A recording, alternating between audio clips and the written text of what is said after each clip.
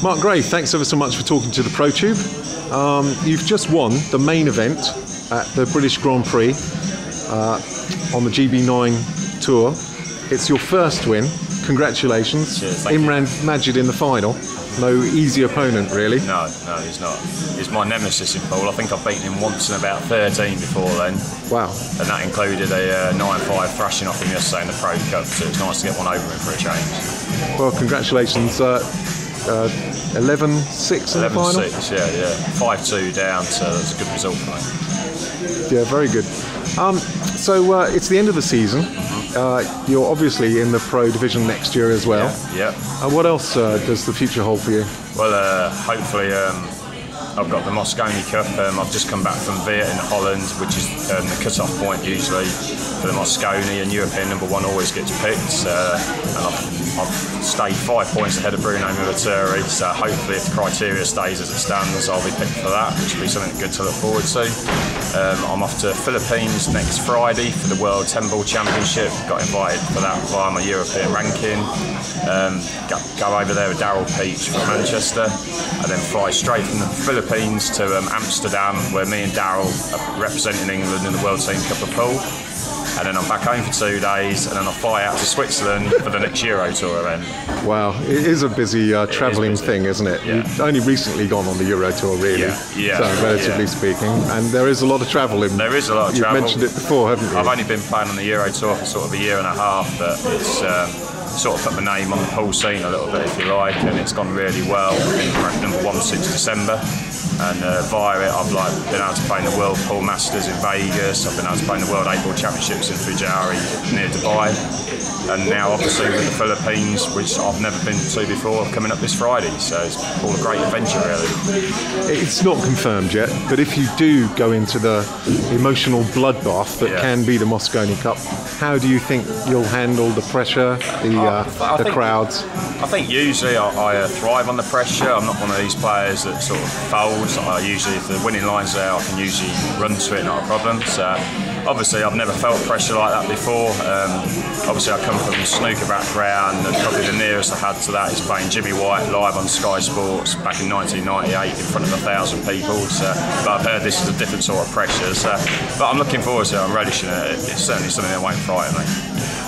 The Americans can never be taken for granted in the Mosconi Cup. They're very, very seasoned at it. They are. Perhaps they don't have the powerhouse team that they would be hoping for. And on paper, do you think the Europeans would edge it technically? I think maybe we're slight favourites now. I think we're definitely getting stronger as each year goes by, and after winning last year, it gives us a lot of confidence. Without giving too much away, we've got a lot of experience in our team, so you'd like to think we could definitely win it again. And being in Malta, you know, there's a certain representative that most people know from there, so the crowds are going to be like crazy, and apparently it's a wonderful venue. It's going to be a great atmosphere. Tony Drago is going to be a force to be reckoned with out there. He is. He's on the winning team last time. Exactly. He virtually won the Mosconi on his own last year in America. Most valuable player. In the American backyard, really. He won the most points, and you know, to have him in Malta in his own backyard, it's got to be a big plus for us. This is the last one of the GB9 Tour this season. Obviously there's qualifiers for players that need to qualify to get onto the Challenge Tour, and players will be relegated and promoted. As we said, you've obviously guaranteed yourself a spot in the Pro Division. It's been a very professionally run tour. Yeah, I think it's taken over from the BPPA, which unfortunately collapsed sort of a year ago. And with Riggers, Lee Rigby and Scher, I think they've done a great job. You know, 6 weekends away of the year with 12 tournaments. Everybody's had 12 tournaments, and they're very professionally run with proper times. You know when you're going to nip out and that. And I think it'll go from strength to strength. And I think just you can tell by 128 turning up for every tournament, they've got the full support of the players. And I think it's the best thing that's happened to English pool, American pool in a long while. Yeah, I agree actually, and a lot of players have been saying exactly the same. It's just nice to hear the winners say it again and again and again, to be completely honest, but it has to be said.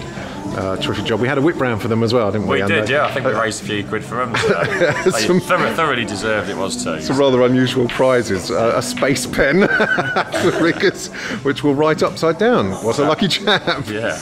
But some really nice stuff as well. And everybody in tears, basically. Yeah. Not just the people receiving the presents, but I know a lot of people were moistening up a bit there, which is nice. In fact, it's been quite a nice event, actually. It's a very nice place. The staff have looked after us. Yeah, it's got nice one to sum up on, really. Yeah, it's I'm ashamed. It's a shame it's the last one for me now, because it's my first victory this season.